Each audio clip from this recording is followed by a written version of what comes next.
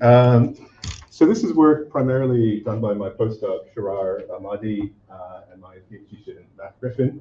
But I'm here because of UPSLA, and I thought I'd present. They wanted to present remotely, but it's sort of 2 o'clock in the morning in the UK. Anyway, this is also sort of fairly new work. So if you do get confused, please do raise your hand and ask me a question. Even in the middle of the talk, I'm happy to take questions. But essentially, this is a new project we've got on verifying these things called attestation protocols. In particular, a type of attestation protocol called a swarm attestation protocol, which is a generalization of a remote attestation protocol. I'll show you roughly what that looks like. And we're kind of tackling this, the verification of these protocols from 2 directions. One is from the level of the protocol itself. Is the communication correct, and are things being encrypted in the right way? But then also from the implementation direction, which is more about kind of looking at the embedded systems themselves and what's happening in the internals of the machine.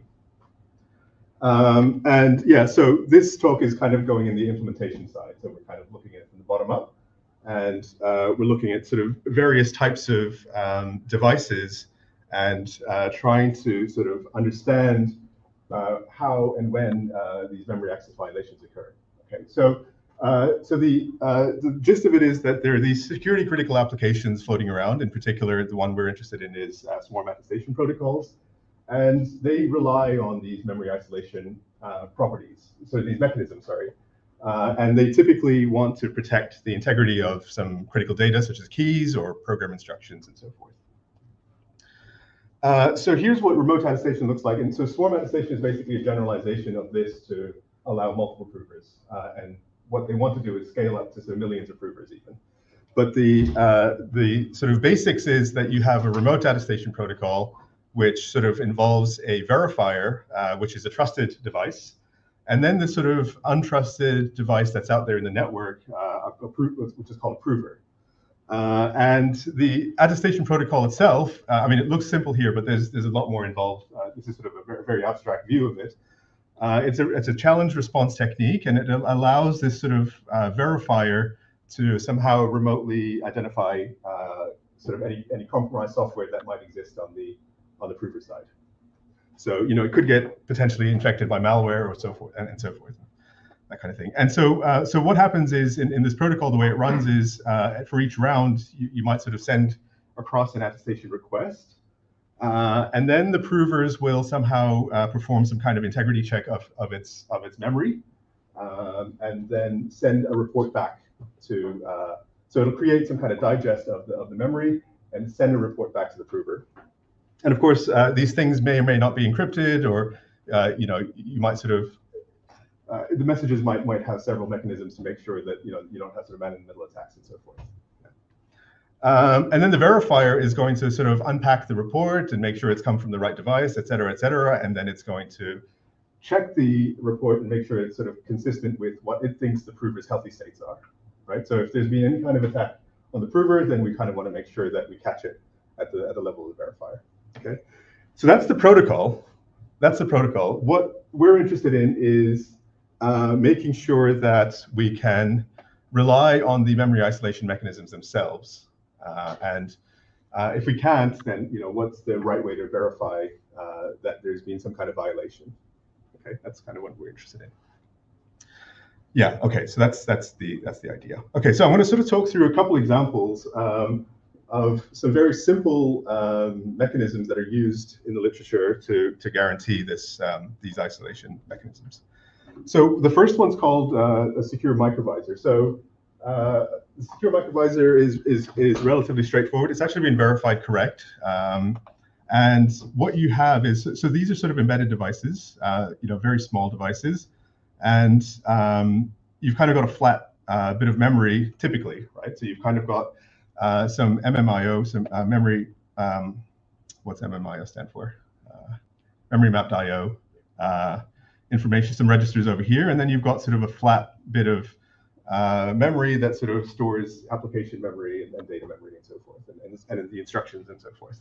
So when you apply this microvisor, what it essentially does is it sort of splits up the physical memory into several components, and you're trying to sort of sort of guarantee some kind of isolation. And in particular, what you have is what's called a trusted computing module, which is this TCM. And in there, you want to be able to store certain sort of secret information, like your keys or whatever you want to store in there, I think, right?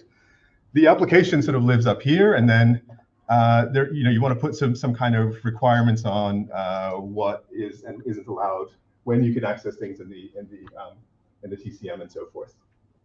Okay, so this is a very lightweight microvisor, and it works with lots of different hardware platforms. And what we're interested in is kind of understanding how we can actually verify these things. In particular, we want to be able to catch sort of applications up here that are that have been corrupted somehow. Okay. So the secure microvisor itself sort of guarantees a number of access permissions for sort of, this is all sort of untrusted data up here, kind of thing, right? So it guarantees a lot of, it provides certain guarantees. Okay. And it also sort of forms the basis for a remote attestation protocol, in particular Simple and Simple Plus, which is the Swarm attestation extension. Okay, so roughly speaking, the instructions within the TCM are trusted. So they've kind of got, if you're executing a TCM instruction, you're allowed to do whatever you want, right? You've got no restrictions placed on yourself. But then if you're executing an application memory, this is kind of what I said. You can, if you're reading and writing application memory, the microvisor doesn't provide any guarantees. It sort of just says go ahead. But if you want to get into the isolated bit, then you have to do it through a safe entry point. Okay, so you have to sort of jump into the code using the safe entry point, and then you can sort of start executing instructions. But these are the sorts of guarantees that you provide. Okay. And what we want to do is now kind of try to understand how we can sort of actually prove that if you have an application that was invalid, could we actually verify that that some kind of illegal access has occurred? Okay, that's the sort of gist of the question here. Okay, and I'll sort of explain this using this example. We've got what looks like sort of a fairly benign bit of code. This sort of has this sort of counter that sort of, and a lot of these attestation protocols, by the way, do work with secure counters. So what you might do is actually, when you're implementing these protocols, put that CP, the counter, in the TCM. So what you're now expecting is that it's somehow not modified by the application code, or not even accessible to the application code. Okay. So what we want is to make sure that if you have somehow an illegal program, which is a program, this is an untrusted bit of code that is accessing some trusted bit of data, that the microvisor does actually capture this, and it sort of flags up a violation. Okay, that's what we want. So one of the things is that because it's a sort of security research, many things are untrusted, including the compiler. So we're going to sort of examine the code at the assembly level, okay? And we're also going to somehow define some kind of appropriate adversary model that sort of says, okay, this is what the adversary could and couldn't do. And then we want to check that some memory access restrictions are maintained, and all using Isabelle HOL. Okay, that's kind of that's our goal. Okay. Part of the verification workflow has been done for us. Okay, so this is the picture that we're going to start with. Now, everything in white, including these dotted lines, these boxes, this is all sort of existing work. So the compilation from C to this thing called BAP, which is the binary analysis platform, and then a sort of BAP which generates this thing called binary intermediate language. So this bit is all from a paper by Brumley et al. In a CAS paper. It's a fairly substantial bit of work, maybe you've seen BAP already, but it sort of covers many different architectures, many different sort of compilation schemes, and so forth. But essentially, you can go from C to a well-defined intermediate language called BIL. Okay, that's the essence of this bit of the tool chain. This next bit, which is a translation from BIL to Isabelle HOL, which is what we want to do, There's a tool that Matt developed as part of our paper at FM last year, and for some subset of Bill, he's able to automatically convert whatever Bill generates into an Isabelle Hall theory, and it does it in a way where you can sort of start verifying things about that program. Okay, so this bit of the tool chain already existed. So what we wanted to do basically is extend that to somehow cope with the problem that I've just identified, which is the fact that we want to we want to guarantee memory isolation for certain types of programs. So the gray bits are sort of our new things that we've added in to enable this. Okay, so I think that's exactly what I just said. I'll tell you a bit about the subset of Bill, but this is really low-level stuff. So you're really sort of dealing with things, for instance, so you can see the low-levelness of it when you look at, for instance, the sorts of expressions that you're allowed. And you even sort of talk about sort of the width of the number of bytes that the expression contains and so forth, which is this constant here. And then even sort of the endian stuff comes in, and you can concatenate expressions together and so forth. And then you've got sort of various instructions like loading into registers, no ops. This is a sub module that you can call. This is a normal update, except that the update is sort of really sort of bitwise operation that you perform. Right? So it's really low level. And of course, you can sort of call and return from various instructions and so forth. Okay. And so this is what happens when you take the C program and put it through the tool chain that I showed you before. Okay, so this is sort of Isabelle code on the left-hand side, and on the right-hand side is the associated C code. So the main instruction sort of gets turned into this low-level assembly-like intermediate language, right? So you can kind of sort of see some of the things. So here's a printf here, which is corresponding to that, and then various assignments and so forth. And so this is the thing that we're analyzing is this beast here. Yeah. And what we want to do is make sure that the loads that occur, the example I'll show you, the loads that occur as part of loading the CP instruction, which is illegal, is actually caught. Okay. And so there's a semantics, which I don't think I'll go through in too much detail, but essentially you're able to extract the values of expressions as well as sort of any addresses that you've accessed along the way to evaluate an expression. Okay. And so this is the more interesting bit, which is the adversary model. And this is a specific adversary model that we've developed for the secure microvisor. Okay, so what are the sorts of things that you might want to include in the adversary model? So things like the set of trusted addresses, so trusted instruction memory addresses, things like the safe entry points, right? Some secret data memory addresses, and then the untrusted both instruction and read-write memory. And the data memory as well, right? And if you look at the sort of isolation map that I showed you earlier, this should correspond to that. Okay, so that's the adversary model. And so we're saying that we want to sort of make sure that if you start with one of these instructions, for the example that I'm about to show you, you never sort of get into one of these. You don't get into one of these ones, the secret ones. Okay.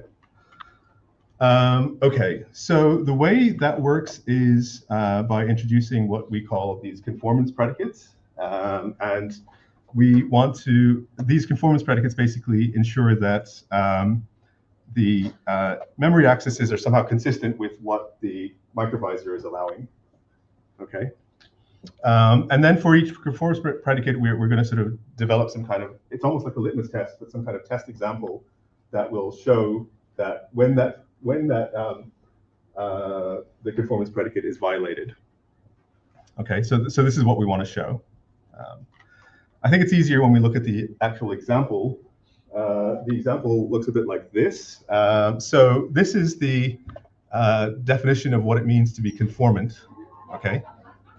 There's a lot going on here and a lot of notation that I haven't really introduced. But this is the adversary model that I was, so this is sort of parametric over the adversary model. And this is the state, right? And what we're saying is that this is the instruction that's being executed is not part of the trusted set, according to the adversary model. Okay, and we are now checking to see well what kind of instruction it is, and this happens to be move. So this predicate has been developed to check that you never load from the TCM incorrectly. Okay, that's the idea. So we're now checking to see that when you do a load, this is the sort of addresses that you are accessing to evaluate the expression E. Okay. Sorry, there's a lot going on here, but I hope this is sort of relatively easy to follow. I don't know. Okay, so this is the set of addresses, and then you. Oh, sorry, this is a single address. Sorry, by the way, and you're checking to see that it is coming from the untrusted set. Okay. Just clarifying an error case, an invalid trace. Yeah, this is making sure that if you're executing an untrusted so this is an untrusted instruction, that the things that you're loading are also untrusted. Right. So the converse of that is yeah, exactly. Yeah. Okay. So we define several of these things for different types of instructions, which I'll show you in a second. There's a table of them.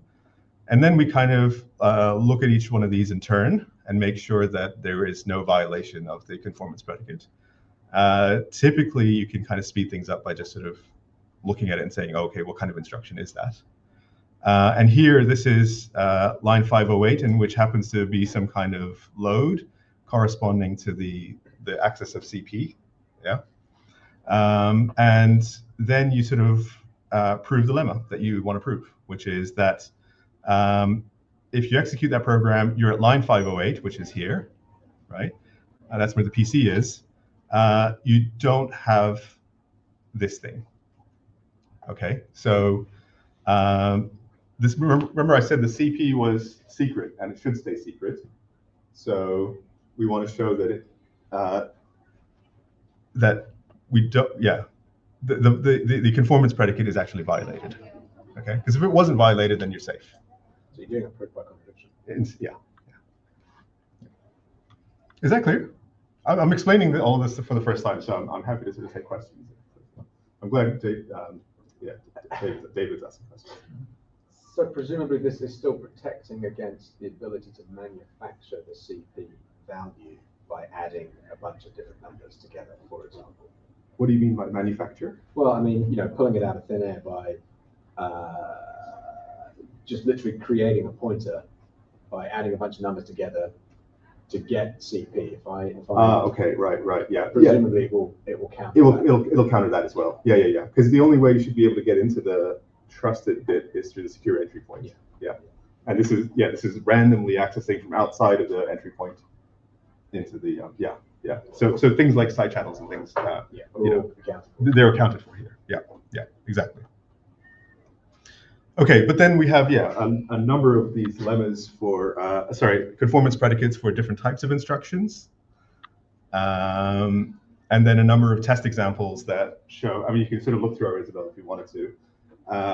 That sort of show that these conformance predicates are the things that you want, and that they are violated, kind of thing.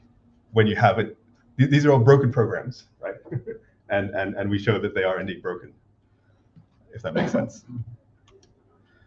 Okay, so that was a secure microvisor. I'm going to sort of quickly talk you through another architecture, architecture that's used by another attestation protocol.